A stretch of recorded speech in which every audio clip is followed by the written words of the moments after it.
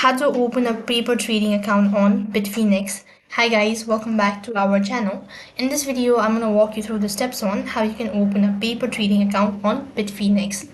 You'll have to first of all log in into your Bitfinex account.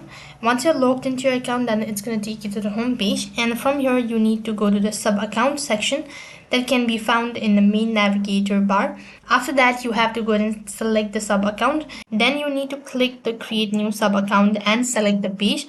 After that, you need to enter the sub account email, username, password, and confirm the password again. Then you'll have to click the create button, and a new email and a username should be used when creating a sub account. Once the sub account has been created and enabled for paper trading, it cannot be later converted to a regular account. So that's basically how you can create a paper trading account on Bitfinex.